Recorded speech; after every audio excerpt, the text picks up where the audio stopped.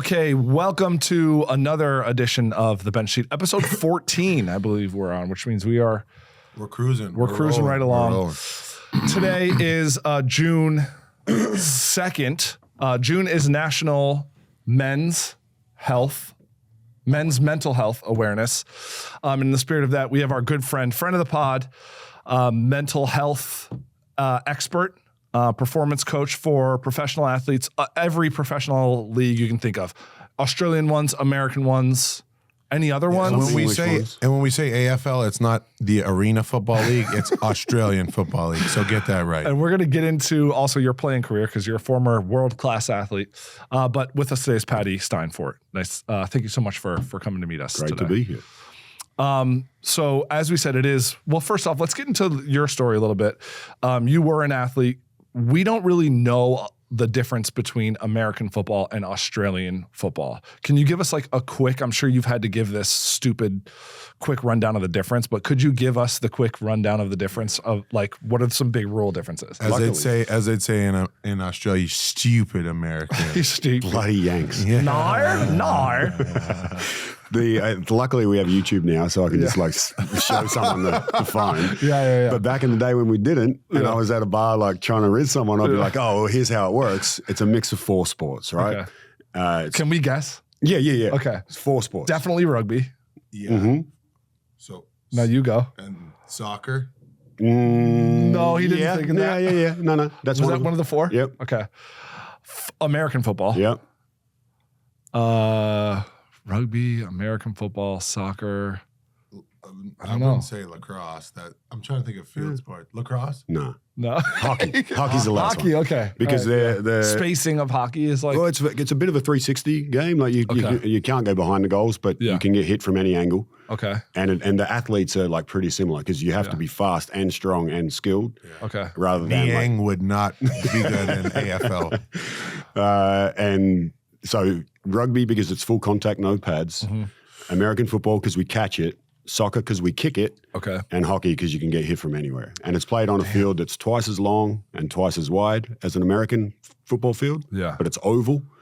There's 18 players each team. It's just mayhem. It's basically. mayhem. Yeah. What are the crowds like? Like, because you're pretty far away from the crowds then, right? Because if it's such a big field, like basketball, these motherfuckers are right on top of it. you. Yeah. So they literally like, nah, you suck. And you smell the guy's breath, basically. Yeah, they've been saying that a lot lately. I don't know what's been happening. It's him. Yeah. He's in the crowd. What are the crowd stadium I mean, vibe like? the stadium are big. So the biggest one is in my hometown, Melbourne. It holds 100,000 people. And for some of the teams, they'll pack that out regularly. Like during the regular season, there's 20-odd games played during the regular season. It's kind of the same like weekends. weekly. Yeah. And the team I played for, Richmond, has a massive following, and they're not going so good right now, but the last few years they've been winning the chip. Yeah. And they have 100,000 turning out every other week. And is your right? Was it Collingwood? Collingwood. Collingwood Is one of the other teams. The Magpies. Research. Yeah. Okay. I didn't know much, but I looked this up, and Collingwood was. Is it Collingwood? Collingwood. Yeah, that's the name of the suburb where they originated from. It's kind of like in London, you got all the soccer teams, then they all like grew up next to each other, right? Yeah. That's kind of how Australian football evolved, but now it's in terms of the size, and keep in mind it's just Australia, so it's only about 30 million people, right? Yeah. But it's the biggest game there. It's the equivalent of the NFL in terms of its cultural cachet, relevance, right? Yeah. That's so cool to like hear. That's one of those like sporting events I got to get to. It's like I got to get to English Premier League. I have to, and then I got to get to Australian because you do see the YouTube stuff, and it's like it's awesome. And then what was the transition like into kind of what you're doing now as far as like, we've talked a little bit about like players finally coming to that retirement and like finding what the next thing is. How did you get to where you are now, which again is doing a lot of performance coaching, performance consulting for the top teams in the country and the world? Yeah, it was by accident mostly because my career didn't end up like I wanted it to. I was a first round draft pick and should have been way better. I lasted 5 years on the roster of the big league team, and then probably spent another 3 years scrubbing around in AAA version. Yeah. Like trying to get back in G League equivalent. Yeah. So time out. So you mean to tell me this sport was you can get hit from all angles. It was like American football and it's mayhem. and you spend 3 years just bopping around. Yeah, I was stupid. Yeah, Stupid. You really love this shit. Yeah, well, I fell out of love with it as we went along. I played every game in the like I was available every week for the first year, and I got drafted when I was 17. So I'm turning up as a 17-year-old playing against men, and I'm skinny as it is now, but I was a twig back then, so I was getting ragdolled. Oh my gosh, I can only And then I got broken. Like every year, I would have a different surgery. I've had 3 shoulder reconstructions, no posterior cruciate on either knee. Oh, Jesus. So anyway, that was tough, and so I went through some struggles while I was playing, and I know that psychology helped me. And it wasn't done very well. Still kind of isn't. It's still an area that people are feeling out, right? But when I finished, I went into coaching, and I was coaching an AFL team, a development coach. I was only a baby coach. Yeah. And while I was doing that, I'm like, if I want to be good at helping guys who are trying to do what I actually wasn't very good at, I probably got to learn psychology. Yeah. And I would come here every off season and to America, just because I love American sports, but also I was like, I wanted to learn how they did it at the top of the world, right? Yeah. And then a few different stories converge on. I was reading a book about this researcher. Yeah. I happened to be going to visit the Philadelphia Eagles, and this person was at the University of Pennsylvania in Philadelphia, and I'm like, very prestigious school, by the way. Yeah. Right. Well, I didn't know that. I'm just like, oh, she's at this thing, and Pennsylvania sounds like where is it a Dracula is, right? They hold the prisoners. I thought it was in Eastern Europe. Yeah. And there's that prison there that is very Dracula-like. Right. Like Transylvania. Yeah, that's right. So I'm like, it's a made-up place. Yeah. But then it says in Philadelphia. I'm like, oh, what are the odds? I'm going to see if I can meet with this researcher while I'm in Philly. Yeah. And I meet with her. Then I meet 2 or 3 of the other names in her school, which is one of the best in the world in psychology. And they pitched me on, hey, would you want to come and do a master's here? And eventually I go back for one more season. They fired a head coach I was working with, so I got a buyout on my contract, and I came back and started doing a master's in psych. Dude, that's awesome. And then before I was finished, I was in the NFL, and off it went. And was your first job with the Eagles? Yes, first paid job. There was a little bit of under the table college stuff. You know how it is. Come over here and speak for a little bit. Hey, by the way, there's an envelope over in the corner. Just grab that before you leave. Hurry up. But you talking about working, with the Eagles. Obviously, I was lucky enough, along with you to work with the Sixers also, and you worked with the Eagles, and you realize how passionate and gritty the city of Philadelphia is. And can you talk more about your experience? Because I know there's times that you've hopped on other people's podcasts and talked about your experience of, just trying to put forth, the best effort in research to come together to put something out there that, you think the team would enjoy and that would be the most productive, and kind of how it's kind of gone left. But you kind of just had to put the pieces together to put a good product out there and kind of help the team be successcul. Yeah, that's probably my introduction to pro sport was like, turning what the up. Fuck? I was turning up to the Eagles. I was like kid in a candy store. I still haven't finished my master's thesis. Yeah, I'm not graduated yet, right? Okay. And I just want to work in American sports. This will be cool. Yeah. Even if I do one speaking gig, that'd be great. Yeah. And then I can go home and how old are you at this point? Just for context, I'm like 35 maybe. Okay, cool. Yeah. So I'm if I was going to just do football coaching, this is when I've got to dive in and just be a real football coach, right? Yeah. I'm like, well, fuck it. I've got a year off. I might as well see what happens over here. And the Eagles, I have a connection, so I get in there. I give them the data that I'm doing on my thing. I'm like, this worked with AFL footballers. I think it'll work with your guys, but I don't want to, that's a bit of a guess. I'm not going to promise anything. Yeah. So why don't you let me have your rookie class? I'll do it with them, and then you can see the results, and all I need is the data. I'll even do it for free. Yeah. So I do. And first session, I'm in there doing it. I'm not bad when I'm up the front. Yeah. And so I do my thing. Chip Kelly walks in the back of the room while I'm doing it.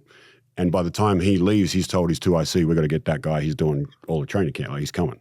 Oh, dude, I don't know if this has happened. I just got chills a little bit. Oh, so this is like behind your back. So you're up here doing all like, you do this, and Chip Kelly tells some people while you're doing that, like, we need this guy. Yeah. So like, hey, you're hired, kid. Like, and not just for the rookies. It was like that. We want you to come in and do the vets, and we want you to do OTAs, and then that progressed into training camp. By the way, just to give people some context of this, like, NFL teams are like 53-man roster, and these are like grown men. All of us professional athletes have egos. So for someone to stand up in front of them and do what they do. Just I don't want to say on a whim, but like as your first gig, like you got to have serious nuts. Or be stupid. And there's a little bit of both. 50-50. And then it progressed to, all right, we're going to pay for you to go anywhere in America. You can learn from the Navy SEALs, and you just find all the best mental training programs of people who perform and have their lives on the line, or like pro sports. And then you design a program, come back, we'll do what you say. This is yours to build. I'm like, this is crazy. Yeah. Right? So I'm like, yeah, perfect, I will. And so I fly and I do the Red Bull Academy in California, and then I go to the US ski team, and then I go to the West Point Military Academy, and it's awesome. Yeah. Put this thing together, send it through. Don't hear back that much, but they're getting ready for camp, so there's a bit going on.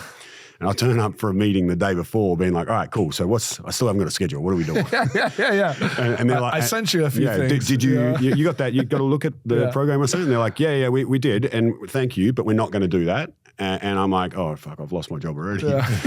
And that we're not going to do that. Chip wants you to do the first hour of every day for all of training camp. And I'm like, I mean, I appreciate the confidence, but I don't think that's going to fly with the 12-year All-Pro. They're like, get this Aussie the fuck out of here. By the way, like Jason Kelsey's in that locker room too. It's just like, there's there are guys there who are 12-year All-Pros and Fletcher Cox, Cox, and he ain't having it. Wait, Vic? Michael Vick too? Was he there? No, he was gone by then. All right. But yeah, there's plenty of people who are like, oh, I don't need to teach you how to be tough. You've been in the NFL for 12 years. You got this. Right? And so, but they were like, well, this is, and at that point it was sink or swim. Like, do you want to do this or not? Well, fuck, it's probably not going to be perfect, but I'll do it. Just figure it out. And then I spent, I maybe had 8 days of content or 8 sessions that I was comfortable, like you said, getting up there in front of. At that point, it was 90 people because they had the guys trying out. And so I'm like standing in front of 100 people every day doing the first 8 sessions were gone in 8 days, and then I had to reinvent a new session every day for the next 20. So I go home at 7 p.m., design a new session, get up at 5 a.m., off we go again, and just be like, boom. That's like, geez, that was me as a teacher my first year. I didn't even, what are we doing tomorrow? We'll figure it out. Could you give like a thesis, like a quick 1 or 2 sentence summary of kind of what the main idea or thesis of your teaching was? Or maybe it's evolved, but what is kind of like the thing you want the guys to walk away from with? It definitely has evolved, and this is actually a story that I don't think I've shared publicly anyway. But it was a point where I realized, all right, I'm still learning some shit here, right? Because as a player, and you'll appreciate this, you want to feel good, right? Yeah. A lot of people spend a lot of time trying to feel good, be confident, blah blah blah, and I spent a fuckload of time trying to do that. Yeah. And it wasn't effective, partly because of my body, but when I got like 1 or 2 shots, I didn't really nail it. Yeah. And fast forward to I'm in the room with the Philadelphia Eagles. I'm doing an exercise, and what I studied for the most part academically was positive psychology. Like, how do you get better? How do you protect people from mental illness? Yeah. Like, I don't want to do therapy with people. I just want to help good people get better. Yeah.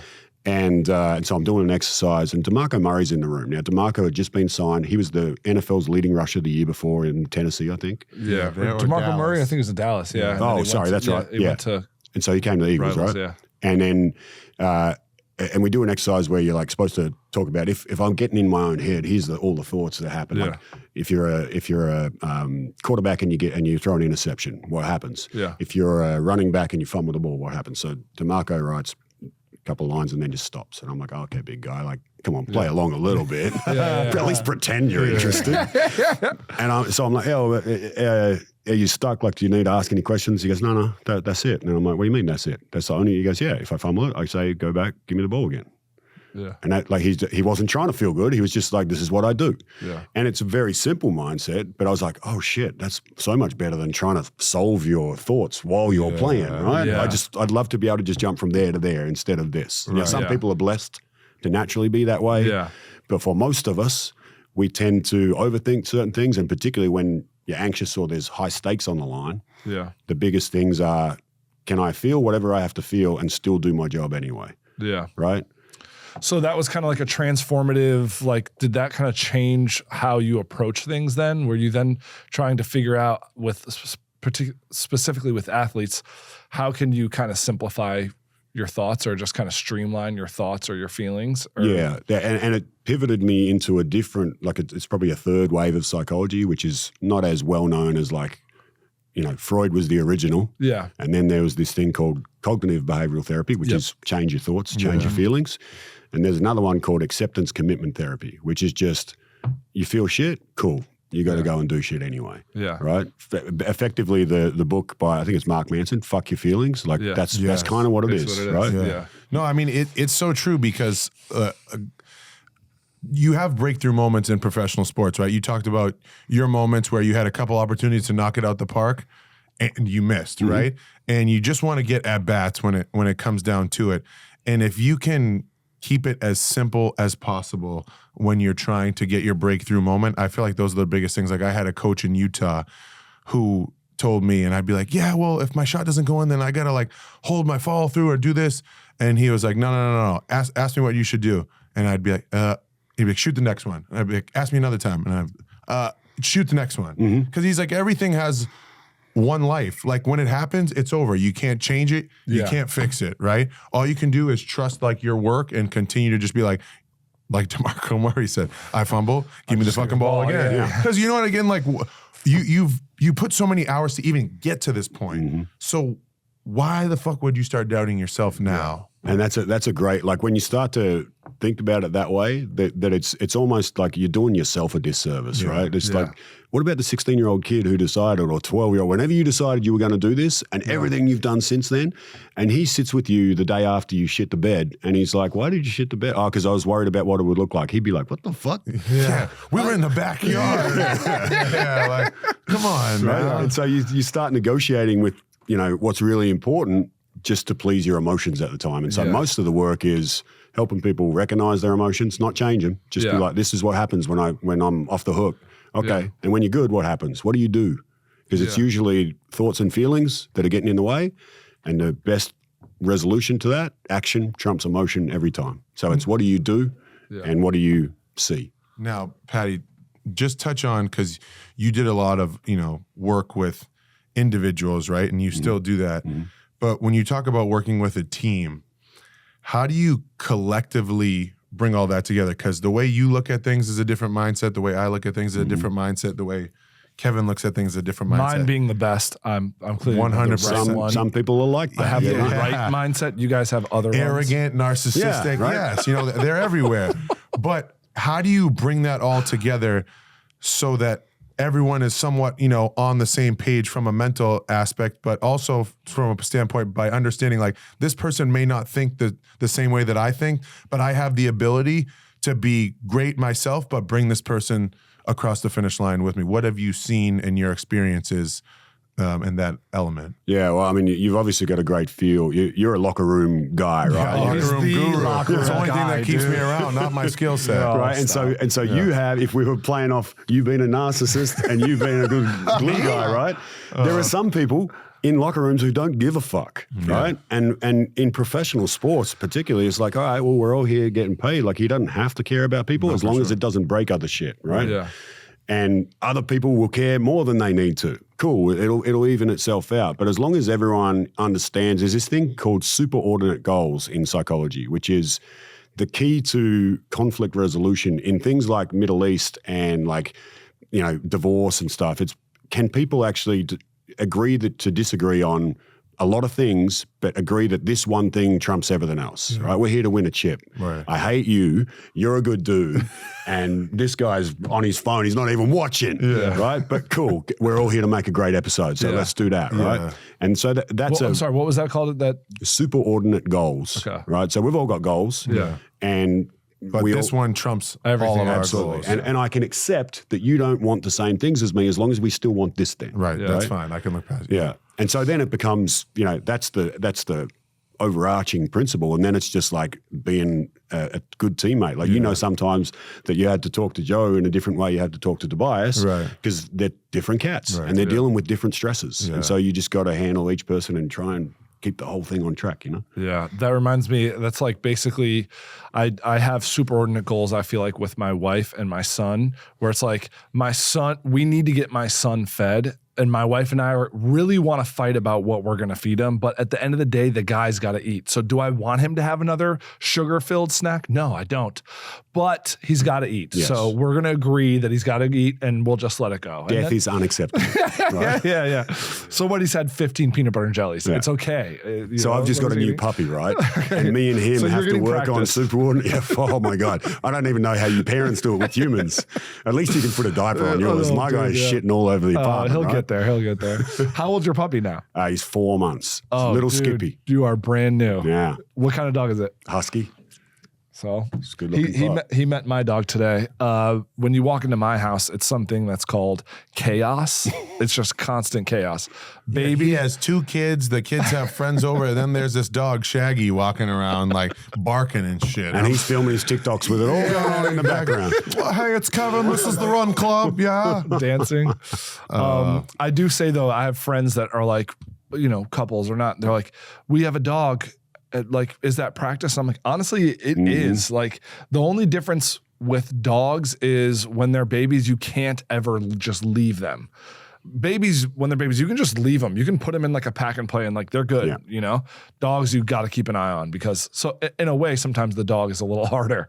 I don't know if I'd be saying that as a parent on air. Just leave the baby. Cut that bit out. No, I don't mean like leaving I mean like we have a pack and play. We call it baby jail, which I probably shouldn't say, but it's parents know what pack and plays are. You put up toys in it and they're like happy for like 15 minutes. So you can go make breakfast or you can make coffee or do whatever. That doesn't really exist with puppies. No. Unless it's a cage, which they need sometimes too. You put your babies in the cage? No, I'm just kidding, I don't man. put my babies in a Nobody cage. puts baby in the corner. Come on, dude. No, but so when you did sorry to dial it back. Yeah, let's dial it back. Let's get back on track. Joke. Come on. We tried to have our funsy onesie fucking time, right? I haven't even made a dick joke either, which is Here we good. go. Here it comes. Yes. Here So it it's a win comes for us. But you talked about going to do research with the ski team and was it the Naval or Army? I have worked with both. At that stage, it was West Point. Yeah. Now, who from your experience and research have been the most mentally capable or tough, whatever word you want to use in all of your research? Because a lot of people say it's the military. Golfers. A lot of people say it's some people that have to deal with a mental struggle on every movement or activity in their sport.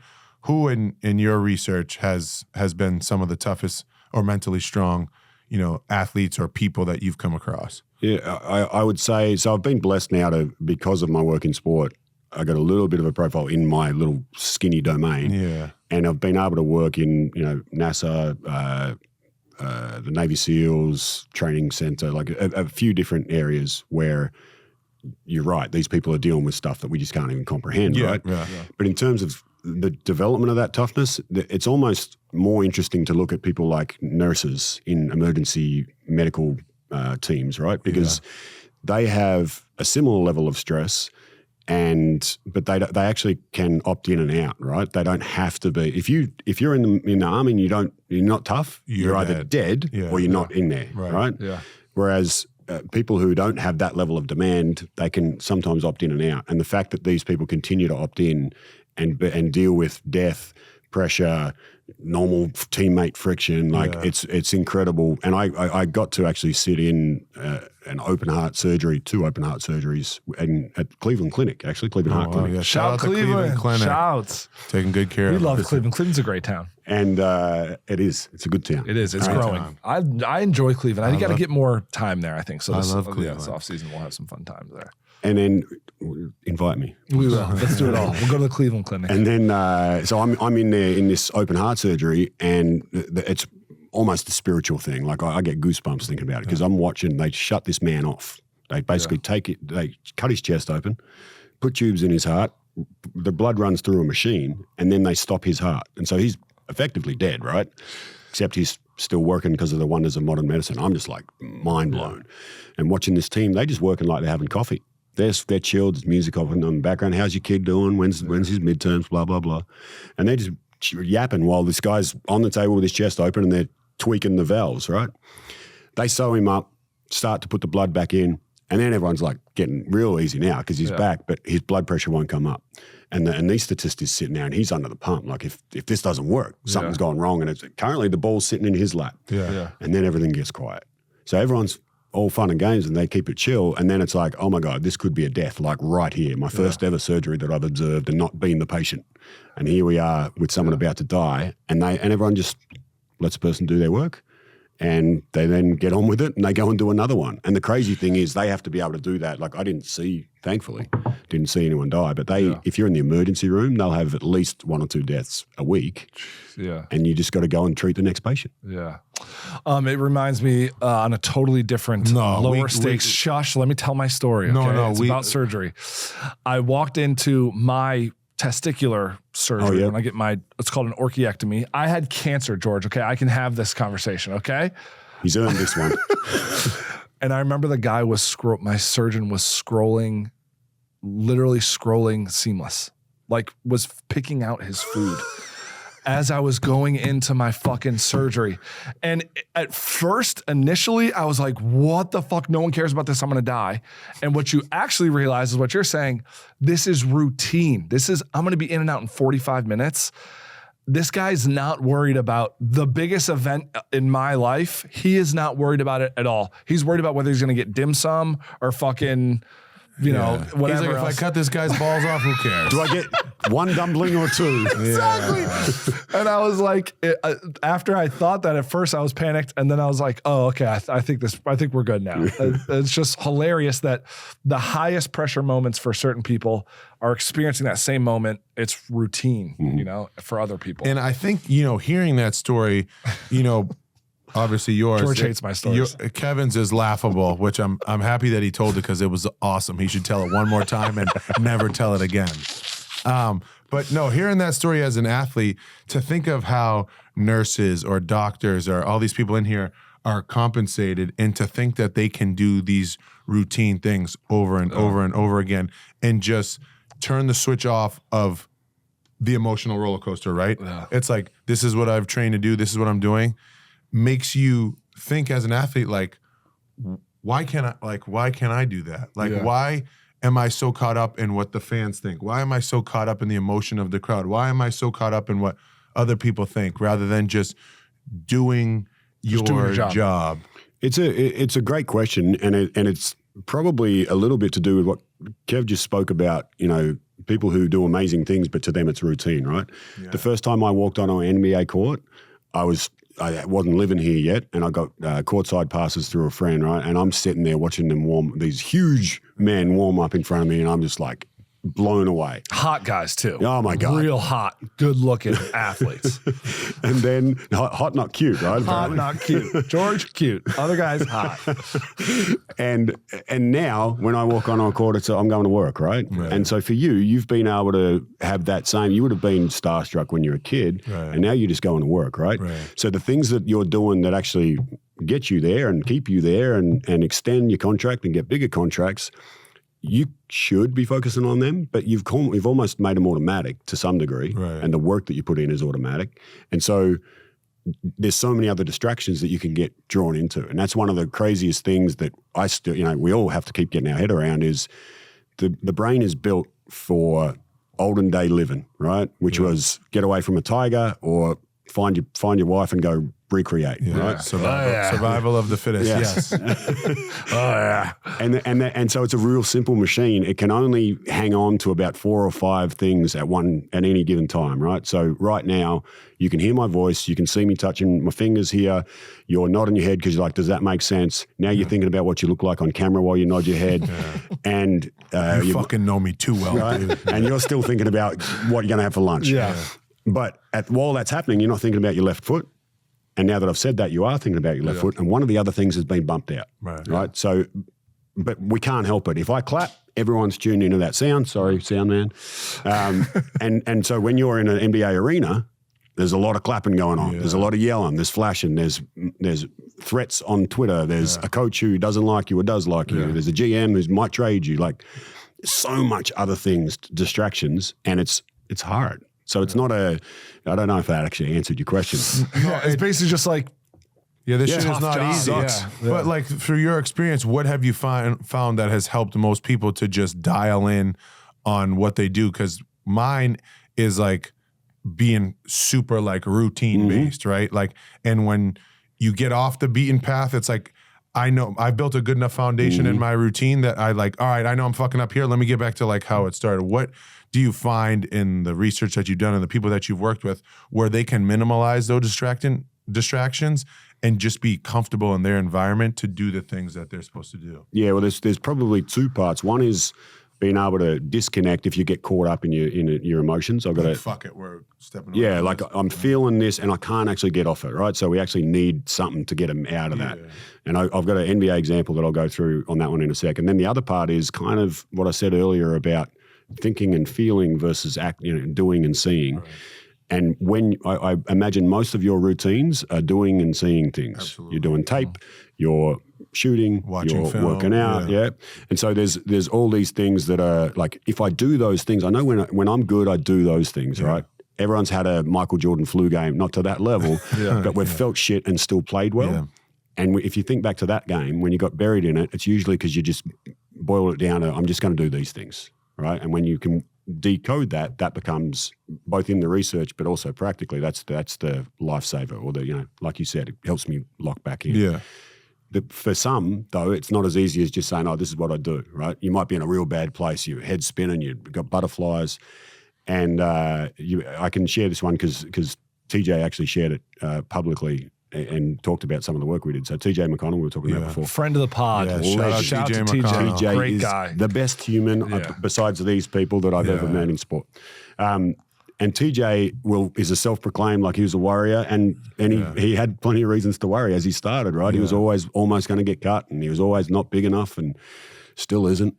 But look at what he did in the finals. But right? his nuts, yeah, they're big enough. They drag on the ground. Shout out to you, TJ. Yeah. And so TJ got in his head sometimes, and he was open about like, can we have a chat whenever he got to that stage. And we actually went through an exercise we're in San Antonio, I think. We're sitting courtside. He's like, bro, I can barely breathe. Like, what am I going to do? I'm like, all right, well, how about this? Look at the banners, because there's plenty of them in San Antonio, right? Yeah. And I want you to read the first letter of the first banner to me. And he says, C. And I'm like, all right, well, what's the second letter? H. And let's keep going like that. And so just literally reading a line of text, one letter at a time, means that those 5 parts of his mind that were all caught up, something else. Now he was just on something. It's got nothing to do with anything. Yeah. But it disengages you from, oh my God, things are going to, and then you get calm for a second, and then you can be like, all right, well, what should I be doing? Where do I want to turn my attention? Right. And then you go do those things. That's like the breath. That's like a mind. It seems like it's a form of mindfulness, right? It's just like if you can just focus on your breathing, you can't think about anything else. My father used to always tell me to like count, like just start counting, and then you can't think about anything else, or like when you're running, just count.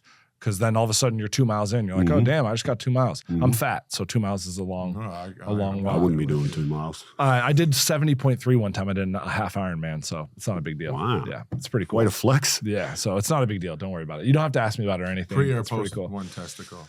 Post one testicle. Wow, so, that's impressive. Yeah, it's not a big deal. This guy is an Ironman. It's all right. I'm still fat, but that's You're a great just big story. boned, man. I'm just big boned. Let's take it back to the past here, because some people may think you and I are meeting at this table because George, he's in the NBA. You've worked with all these world-class athletes. You've met the best of the best. You've been around the world. Is there a bartender that you may look at and say, that guy is the greatest bartender of all time? There is, and I'm looking at him. And I've been to a lot of bars, right? You know when people say, oh, America, best country in the world, but you haven't been to other countries, so it's hard to say. But I have been to a lot of bars in a lot of places, from Australia, where there are good bars. Great bars, I'm America, sure. great bars and bad bars. Yeah. The UK, where they have some good pubs there. Oh, yeah. This man is different. And there's some bars that he's probably been to because Australians can't drink that he doesn't even remember. Oh, so I'm sure. The fact that, this guy would make the list is pretty extravagant. For context of that, you and I met 6-7 years ago, probably at this point. Yeah. I was a bartender at a place called Blue Haven. I almost wore my Blue Haven shirt. Shout out to Blue Haven. Yeah, shout out to Blue Haven. The 3 greatest sports bars. So now there's 3 of them. Have you been to the South yet? I haven't been to anything other than Greenwich. Oh, you got to go to South. All right. South and East is incredible. They're all incredible. Each one is better than the next. it's the greatest sports bar around, I think. And I was a Sunday bartender. PJ, as we used to go by, would come in. Paddy was so drunk. He was what's your name? PJ. I don't know. You're like, dude, my name's PJ, bro. Just leave me alone. Give me a Bud Light. I was like, all right. It's also where I met my wife. And I just say that to say I may not be the greatest basketball player around. Okay? We know. And I may not be. I like how you're still hedging your bets on that, though. I may not be. I might be, but I may not be. I might be the Mental greatest men's warfare, league. I might be the greatest men's league player of all time, but not the greatest basketball player. But I am a damn good bartender, and I miss it, man. I miss it. And anyway, I just want to share that. We had good times I'm glad that you shared it because it misses you. Like I still go to this. That's how good the bar is. I still go to it, even though I live out in Brooklyn. And I used to live around the corner, and I just went there on Sundays because fantasy football, and I would watch everything and just gorge on both sport and beer. Yeah, and nachos. Yeah. And this guy puts on a show, like legit. I have memories of him. Okay, give us. We like examples. Putting on some sort of a longish wig, and it wasn't a holiday where you dress. It wasn't Halloween. He just had it regular. And you had a handlebar mustache at one stage, right? And he's up on the bar, and I'm sitting at the bar with my food, and he's like singing to some sort of Metallica or I think it was Fat Bottom Girls. Yeah, that's it. And he would just like nailed it as well. Yeah, I was doing a Freddie Mercury crowd impression. loving it, and I'm like, oh, this motherfucker! I'm just trying to drink. But it turns out he's good with the extra shot as well. So you become friends, right? Yeah. I annoy people. Well, maybe annoy is not the word, but I'm a lot. But I make sure. I would make sure spreads people the love. spread the love. And I pissed you off, but here's a shot. Rumplements. Yeah, exactly. That was like the point I was trying to make was that the bar hasn't been the same. And when I went back there the first time after you'd moved on, because I was only in and out, I was with teams all over the place, right?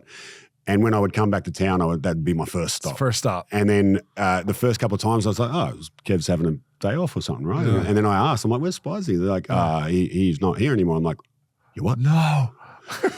I'll get the check, please. Yeah, it's not the same. I want to know why. Why did you leave it? Oh, just not paying the bills? No, it was paying the bills. I was a teacher, so it's exactly why I needed it. I married. I guess that's what it is. I moved in with a girl that I met at the bar. Yeah, the same day we met. I met my wife. Then it's funny, talk about synergy. Then we got engaged at that bar like a year and a half later, and you walked up on the engagement. Right, we talked. And also, I have to say, there was a lot of steps along the road after that where you helped me out too with coaching things. You were always really nice. I was a head varsity basketball coach. And here we get back to it as Kevin fucking loves high school sports. If you didn't know, he fucking is obsessed with high school sports. He was a high school coach. Okay. And Division III basketball coach. Anyway, you helped me out on a lot of those interview processes. I was always using you as a reference because of your work in the professional world and also just being a great dude.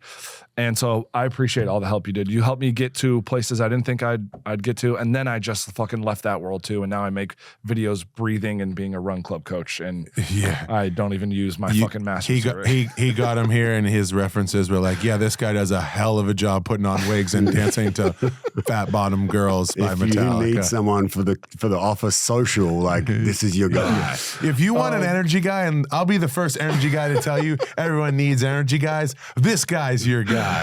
I will say my favorite thing from that time of year or from that time of my life was I would always just see what I could get away with next at the bar. Like I would just like, I used to take a towel and pretend to jerk it off and I would squirt the soda in the air and people would be like, yeah, like dudes. There was no line. There was no line. If there was, he'd cross it and everyone's like, yeah, do it again.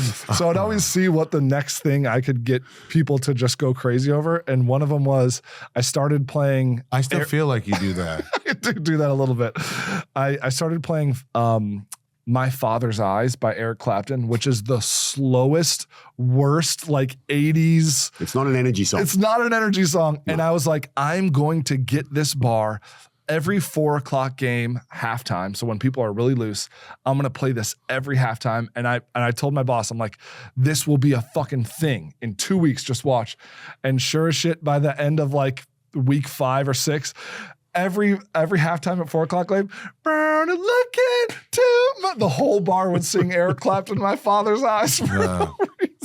This guy, he's a fucking I thought it was pioneer, funny. No one Paddy. else thought it was funny, but the bar, and then people would ask for it. Where's My Father's Eyes? I would have to play it. Are they still asking for it? Do they still do it? I hope so. Yeah. I hope so. I don't know if they still do it. Probably not. It's probably just a me thing. Leave it, comment in the below. Let us know. Yeah, Blue Haven. We're gonna be there after this. It's Yeah. I know. We should go over It's there. and Sunday, help out. actually. Oh, no football. Well, look, that was really insightful and fun to go back in time. Is there anything else you have? I mean, we're at 40. I don't want to be awkward about. no. I mean, I think that was awesome. I think friggin' from stories of nurses and Yeah. anesthesiologists almost putting people under And it's- to friggin' DeMarco Murray telling me, give me the fucking ball. Yeah. I think sometimes we overcomplicate things, but I think people in your position have had enough experience to know that like everything's going to be all right. Just get back to doing what you do. But as we know in life, there's so many fucking obstacles that we want to think that doing the sexiest thing is going to create the best result. But we appreciate you, coming in and dropping your knowledge because if it wasn't for you, there'd be some fucked up shit going on in the sports. Well, there's still fucked up shit going on. But thank you for having me, though, because I think it's, I appreciate you called out the men's mental health awareness thing at the start of the show. And that's part of the reason I got into it. I probably buried this in the first story, but while I was struggling playing, my aunt committed suicide, right? Okay. And so it was a very personal thing to me that I want to help people not get to that point. Yeah.